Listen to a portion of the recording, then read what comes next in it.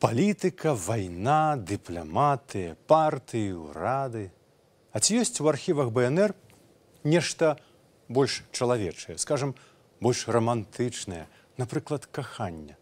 А вось ёсць.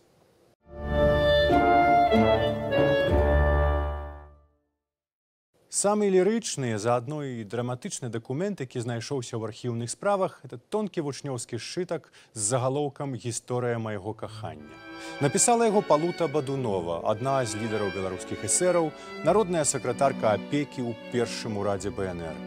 Палымяная эсэрка Палута, седзячы летам 1920-го ў летнім дамку на рыйскім узмор'і, апісвае пакуты свайго невымоўнага безадказнага кахання да паплечніка ў барацьбе партыйнага калегі Тамаша Грыба.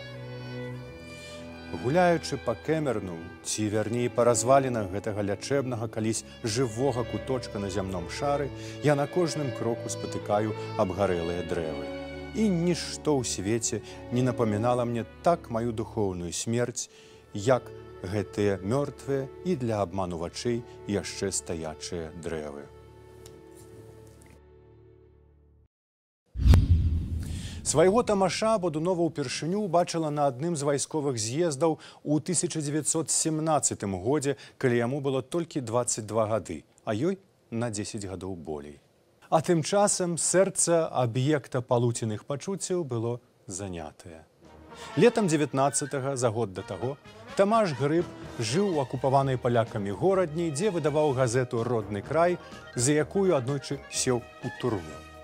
У той самай турме апынулася і Паўліна Мядзёлка. У сваю чаргу аб'ект цёплых пачуццяў іншага вядомага беларуса Янкі Купалы.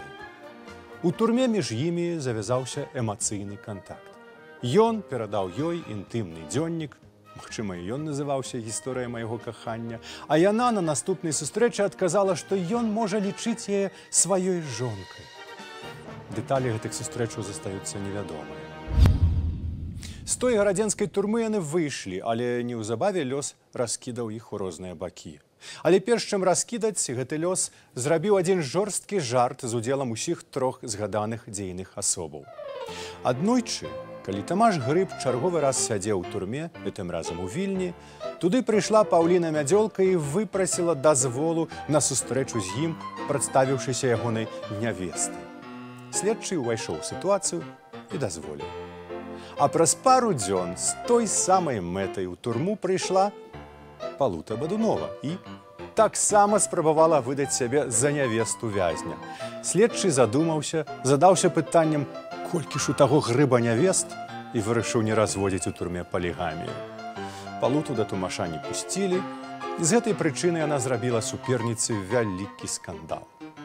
У выніку пасля ўсіх тых бурлівых падзеяў усе трое так ніколі ў жыцці не аформілі свой матрыманіяльны статус і пражылі ў самоце, што не перашкодзіла Палуце падпісвацца прозвішчам Бадунова Грыб. Усё ж грамадска-палітычная дзейнасць не перашкода рамантыцы і каханню, доказы чаму мы і сёння сустракаем на кожным кроку. Жадаем і вам, дарагія гледачы, каб палітыка і грамадская праца не заміналі вам у пачуццёвым жыцці. Шчасця вам і кахання!